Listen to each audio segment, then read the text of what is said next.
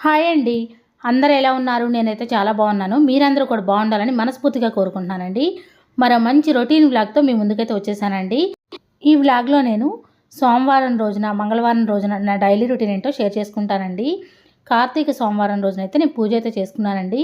ముందు రోజు అయితే ఇల్లంతా డీప్ క్లీన్ చేశానని చెప్పాను కదా! ఆదివారం రోజు.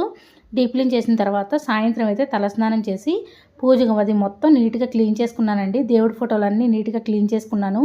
దేవుళ్ళందరికీ కూడా గంధం కుంకుమ బొట్లు పెట్టానండి. కార్తీక సోమవారం రోజున ఉదయాన్నే లేచాను. త్వరగానే లేచానండి. తెల్లవారుజామునే లేచి ఇల్లు గుమ్మాలన్నీ శుభ్రం చేసుకున్నాను. ఇంటి ముందు కూడా శుభ్రం చేసుకున్నానండి.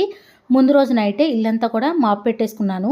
తులసమ్మకు కూడా చక్కగా పసుపు రాసి కుంకుమ బొట్లు అయితే పెట్టేసుకున్నానండి. తలస్నానం చేసిన తర్వాత పూజ అయితే ప్రారంభించాను. ముందుగా ద్వార పూజ అయితే చేసుకున్నాను. గుమ్మానికి చక్కగా పసుపు రాసి కుంకుమ బొట్లు అయితే పెట్టుకొని ముగ్గు వేసుకున్నానండి ఇంటి ముందు. తర్వాత గుమ్మం దగ్గర దీపాలు అయితే పెట్టుకున్నాను. తర్వాత దేవుడి ఫోటోలన్నీ నీట్‌గా క్లీన్ చేసుకున్నానండి. ముందు రోజే క్లీన్ చేసుకున్నాను. దేవుళ్ళందరికీ కూడా గంధం కుంకుమ బొట్లయితే పెట్టి ఈ విధంగా పెట్టుకున్నానండి పూజా మందిరంలో. మా చిన్నప్పుడైతే కార్తీక సోమవారం అంటే మా ఇంటి దగ్గర బావి ఉండేదండి. ఆ బావి దగ్గర 4 గంటలకే మా అమ్మ లేపేది. మా అమ్మతో పాటు నేను కూడా చేసుకునేదాన్నండి. కానీ బావి దగ్గర స్నానం చేస్తే చాలా మంచిది. నదుల్లో చేసినా చాలా మంచిది. కానీ సిటీల్లో కుదరదు కదా! తప్పనప్పుడు ముందు రోజే షాంపూతో తలస్నానం చేసి కార్తీక సోమవారం రోజున నార్మల్‌గా తలస్నానం చేయాలి. మా చిన్నప్పుడైతే మా అమ్మతో పాటు నేను కూడా లేచి బావి దగ్గరే చలి పుట్టేదండి అప్పుడైతే. అయినా సరే తలస్నానం చేసి తులసమ్మ దగ్గర ఇంట్లో పూజ చేసుకునేదాన్ని. అదే అలవాటుతో పెళ్ళైన తర్వాత కూడా చేసుకుంటున్నాను. ఇప్పుడైతే ఉదయాన్నే లేచి తలస్నానం అయితే చేశానండి. ముందుగా దేవుళ్ళందరికీ గంధం కుంకుమ బొట్లు పెట్టి పువ్వులైతే సమర్పించాను. శివయ్యకి మంచినీటితో అయితే అభిషేకం చేసుకున్నానండి. దీపారాధన చేశాను. తర్వాత ప్రసాదం కూడా పెట్టాను. తులసమ్మ దగ్గర కూడా పూజ చేసుకున్నానండి. కార్తీక మాసం అంటేనే ఎంతో విశేషమైన మాసం అండి. కార్తీక మాసం నెల రోజులు కూడా శివకేశవులు ఇద్దరిని కూడా పూజించాలండి. విష్ణుమూర్తి, వెంకటేశ్వర స్వామి, లక్ష్మీదేవి అమ్మవారిని, శివయ్యని అందరినీ పూజించాలండి. పూజా మందిరంలో పూజ చేసుకున్నాను నేనైతే. తర్వాత తులసమ్మ దగ్గర కూడా చేసుకున్నానండి. తులసమ్మ దగ్గర చేసింది కూడా చూపిస్తున్నాను. తెల్లవారిన దాకా దీపాలైతే వెలుగుతూ ఉన్నాయండి. గుమ్మాన్నైతే ఈ విధంగా అందంగా అలంకరించుకున్నాను. ముగ్గు కూడా వేసుకొని దీపాలైతే పెట్టుకున్నానండి. ద్వార పూజ కంపల్సరిగా చేసుకోవాలి. ముందు మనం ద్వార పూజ చేసుకోవాలి. తర్వాత తులసమ్మ దగ్గర పూజ చేసుకొని ఇంట్లో అయితే పూజ చేసుకోవాలి. నేను కార్తీక సోమవారం రోజునైతే చీరైతే కట్టుకున్నానండి. ముందైతే కాళ్ళకు పసుపు రాసుకొని మెడకు గంధం పెట్టుకొని చక్కగా నుదుటిని బొట్టు పెట్టుకొని పూజ అయితే చేసుకున్నాను. నా పూజ అంతా కంప్లీట్ అయిన తర్వాత మా పిల్లల కోసం అయితే బ్రేక్ఫాస్ట్ అయితే ప్రిపేర్ చేశానండి. ఆ రోజైతే దోసలు వేశాను. మా పిల్లలు స్కూల్కి వెళ్ళిపోయిన తర్వాత మా కోసం లంచ్లోకి అయితే టమాటా పచ్చడి అయితే ప్రిపేర్ చేస్తూ ఉన్నానండి. ముందైతే పచ్చిమిరపకాయలు వేయించాను. తర్వాత టమాటాలు కూడా కడిగి శుభ్రంగా చిన్న ముక్కలుగా కట్ చేసి వేయించుతున్నాను. కొంచెం కరివేపాకు, జీలకర్ర వేసి మూత పెట్టేసి ఉంచానండి. ఇంకొక సైడ్ అయితే మా వారి కోసం అయితే బెండకాయ పులుసు అయితే ప్రిపేర్ చేస్తూ ఉన్నాను. ప్రతిరోజు కూడా మా ఇంట్లో ఒక గ్రేవీ కర్రీ, ఒక ఫ్రై కర్రీ అయితే కంపల్సరీగా ఉంటుందండి. కొన్ని చిక్కుడుకాయలు కూడా ఉన్నాయి. చిక్కుడుకాయలు ఏలను తీయాలి, అలానే మొత్తం అంతా ఓపెన్ చేయాలండి. ఎందుకంటే చిక్కుడుకాయల్లో పురుగులు ఉంటాయి. చిక్కుడుకాయ కర్రీ చేసేటప్పుడు కర్రీ చేసినా, ఫ్రై చేసినా చిక్కుడుకాయలని జాగ్రత్తగా చూసి ఒలుచుకోవాలండి. నా చిన్నప్పుడే నేను కార్తీక సోమవారాలు అయితే చేసేదాన్నండి. అప్పుడైతే మేము ఉదయం నుంచి సాయంత్రం దాకా ఉపవాసం ఉండి సాయంత్రం శివాలయానికి వెళ్ళేవాళ్ళం. మా ఇంటి దగ్గర అయితే నేతి బీరకాయలు ఉండేయండి. కార్తీక మాసంలో తప్పకుండా కార్తీక సోమవారం రోజున నేతి బీరకాయ చట్నీ అయితే తినాలండి. దాన్నే అమ్మడి బీరకాయ అంటారండి. నేతి బీరకాయలు అంటారు మా సైడ్ అయితే. మేమైతే కార్తీక సోమవారం రోజున తప్పకుండా మా అమ్మ అయితే నేతి బీరకాయ చట్నీ చేసేదండి. మేమందరం కూడా విస్తరాకులో తినేవాళ్ళం. మేమందరం కలిసి మా పక్కన ఊర్లో ఉండేదండి. 2 కిలోమీటర్ల దూరంలో శివాలయం ఉండేది. అందరం కలిసి సాయంత్రం భోజనాలు వండుకొని అక్కడికి వెళ్ళి అక్కడ 365 ఒత్తులను వెలిగించుకొని లేదంటే దీపారాధన చేసుకొని అన్నం అయితే అక్కడే తినొచ్చేవాళ్ళం అండి. ఎంత బాగుండేయో ఆ రోజులైతే. ఇప్పుడు ఏముంది చెప్పండి, ఇంట్లో పూజ చేసుకున్నాను, వీలైతే గుడికి వెళ్తున్నాను, లేకపోతే లేదు. అప్పుడైతే అందరితో కలిసి బయటికి వెళ్ళి అక్కడ గుడికాడ అందరం కలిసి దీపాలు వెలిగించుకునే వాళ్ళం. అందరం కలిసి భోజనం చేసి ఇంటికి వచ్చేవాళ్ళం. మనం ఎంజాయ్ చేయాలంటే చిన్నప్పుడే అండి. కానీ మనకు ఆ విషయం చిన్నప్పుడు తెలియక మనం అవన్నీ పట్టించుకోము. కానీ ఇప్పుడు తెలుస్తుందండి.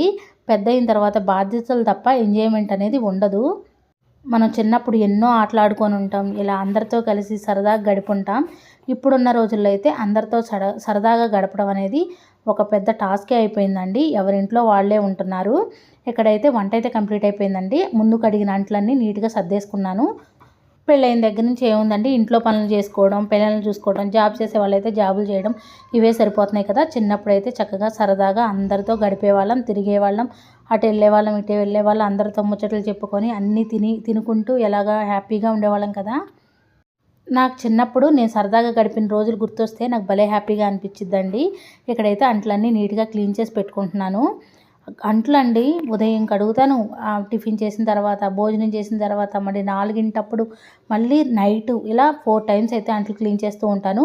నేను ఎప్పుడు అంట్లు అప్పుడే క్లీన్ చేసుకుంటానండి. ఇల్లు కూడా అంతే, రోజుకి ఒక 5-6 సార్లైనా ఊడుస్తూ ఉంటాను. ఎప్పుడు అప్పుడే క్లీన్ చేసుకుంటూ ఉంటానండి. మన పెద్దలు అంటూ ఉంటారు కదా, ఇల్లు చూసి ఇల్లాన్ని చూడాలి అంటారు. ఇల్లుని ఎప్పుడు కూడా నీట్గా ఉంచుకోవాలండి. మనం కొంచెం బద్ధకం చేస్తే మనకు బద్ధకం వస్తుంది, కానీ హెల్త్ బాగున్నప్పుడు ఇంటి పని చేయడం అంటే కొంచెం కష్టమే. ఇదైతే మంగళవారం రోజండి. ఉదయాన్నే లేచాను. ఈరోజైతే ఉదయం వేళలో పూజ చేసుకోవడం వీలు అవ్వలేదండి, కానీ ఏకాదశి తిథి ఉంది. ఈరోజు పూజ చేసుకుంటే చాలా మంచిది. ఈరోజు నేనైతే పిల్లల్ని స్కూల్కి పంపించాక మా కోసం అయితే బెండకాయ ఫ్రై చేశాను. మా వారి కోసం అయితే బంగాళదుంప గ్రేవీ అయితే ప్రిపేర్ చేశానండి. బంగాళదుంప గ్రేవీ భలే టేస్ట్ ఉంటుందండి. ఇదివరకు నేను ఎప్పుడూ చేయలేదు, ఈ మధ్యలోనే చేస్తూ ఉన్నాను. ముందైతే బంగాళదుంపల్ని శుభ్రంగా పీల్ తీసి శుభ్రంగా కడిగి చిన్న చిన్న ముక్కలుగా కట్ చేసుకున్నాను. ఒక ప్యాన్ పెట్టుకొని కొద్దిగా ఆయిల్ వేసుకొని బంగాళదుంప ముక్కలు వేగిపోయిన తర్వాత ఉల్లిపాయ ముక్కలను వేసి పసుపు, ఉప్పు, కారం, ధనియాల పౌడర్ వేశాను. ఆవాలు, జీలకర్ర అన్నీ వేసానండి. ఇవన్నీ మంచిగా మగ్గిపోయిన తర్వాత, కారం అంతా మగ్గిపోయిన తర్వాతే వాటర్ పోసానండి. కానీ బంగాళదుంప గ్రేవీ అయితే భలే టేస్ట్ ఉందండి. మధ్యాహ్నం అయితే భోజనం చేసి టీ అయితే పెట్టేసుకున్నాము. 3:30కి అయితే మా పిల్లలు వచ్చేసారండి. మా పిల్లలు వచ్చేసాక వాళ్ళని ఫ్రెషప్ చేసి వాళ్ళకైతే భోజనం అయితే పెట్టానండి. వాళ్ళు స్కూల్లో సరిగ్గా తినరు. ఇంటికి వచ్చిన తర్వాత వాళ్ళకైతే తినిపించాను. ఇంట్లో అయితే దోసపిండి, ఇడ్లీ పిండి ఏదీ లేదండి. ఈరోజు మార్నింగ్ అయితే చపాతీ చేశాను, అందుకనే కొంచెం దోసపిండి అయితే నానబెట్టానండి. దోసపిండి కోసం అయితే మినపగుండ్లు, బియ్యం, కొంచెం మెంతులు వేసి నానబెట్టాను. మెంతులు వేయడం వల్ల దోశ క్రిస్పీగా ఉంటుంది, ఎర్రగా కూడా కాలుతుందండి. టేస్ట్ కూడా చాలా బాగుంటుంది. మెంతులు కూడా ఆరోగ్యానికి చాలా మంచిది కదా.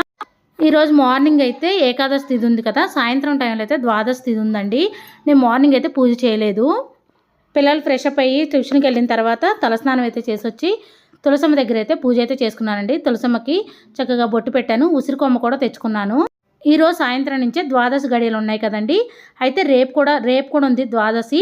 రేపైతే తులసి దామోదర వివాహం చేస్తే చాలా మంచిదండి. ఉసిరి చెట్టుకి తులసి చెట్టుకి వివాహం చేస్తే చాలా మంచిది. మనకు వచ్చిన విధంగా చేయొచ్చు. తులసి దామోదర పూజ ఏ విధంగా చేయాలి, అలానే కళ్యాణం ఏ విధంగా చేయాలి, మన ఛానల్లో వీడియోస్ ఉన్నాయండి. ఇంట్రెస్ట్ ఉంటే ఒకసారి చెక్ చేయండి. తులసి దామోదర వివాహం చేసిన ద్వాదశి రోజున తులసమ్మ దగ్గర పిండి ప్రమిదలో దీపారాధన చేస్తే చాలా మంచిది. అలానే తులసి దామోదర వివాహం చేసినా చాలా మంచిదండి. తులసి దామోదర వివాహం చేస్తే భార్యాభర్తల మధ్య అన్యోన్యత పెరుగుతుంది. సాక్షాత్తు విష్ణుమూర్తి, లక్ష్మీదేవే కదండి తులసి దామోదరుడు అంటే. ఇద్దరికీ కూడా పూజ చేసుకుంటే చాలా మంచిది. విష్ణు సహస్రనామం, లలితా సహస్రనామం, అలానే లక్ష్మీదేవి అమ్మవారి అష్టోత్తరం సహస్రనామం చదువుకుంటే చాలా మంచిది. పూజ కూడా చేసుకోవాలండి. కుంకుమార్చన చేసుకున్న చాలా మంచిది. 11 పిండి ప్రమిదలో దీపారాధన చేస్తే చాలా మంచిదండి. తప్పకుండా రేపు తెల్లవారుజామున కానీ రేపు సాయంత్రం వేళలో కానీ చేయొచ్చు.